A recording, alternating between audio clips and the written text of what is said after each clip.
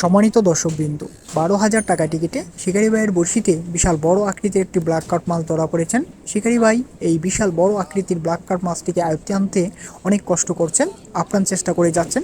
দেখা যাক শেষ পর্যন্ত কি হয়। শিকারি ভাই অত্যন্ত ভদ্র এবং একজন অভিজ্ঞ শিকারী। তিনি ঠান্ডা মাথায় মাছটিকে আয়ত্তে আনার চেষ্টা করছেন।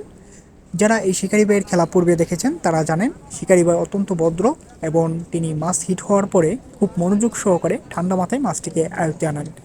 তার সিট থেকে কখনো খুব কমই মাছ ছুটে গেছে।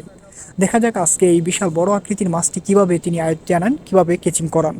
আজকে আমরা চলে আসছি গাজীপুর মাওনা আফসার মেম্বারের পুকুরে। 12,000 টাকা টিকিটে শিকারি ভাইয়েরা মাছ শিকার করছেন। এখানে 1-2 কাটার দক্ষ শিকারীরাই আসেন মাছ ধরতে। ডিম রুটির খেলা।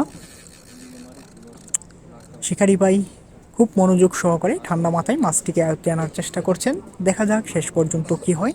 আপনারা এই ভদ্র অভিজ্ঞ শিকারি ভাইয়ের খেলাটি উপভোগ করতে থাকুন।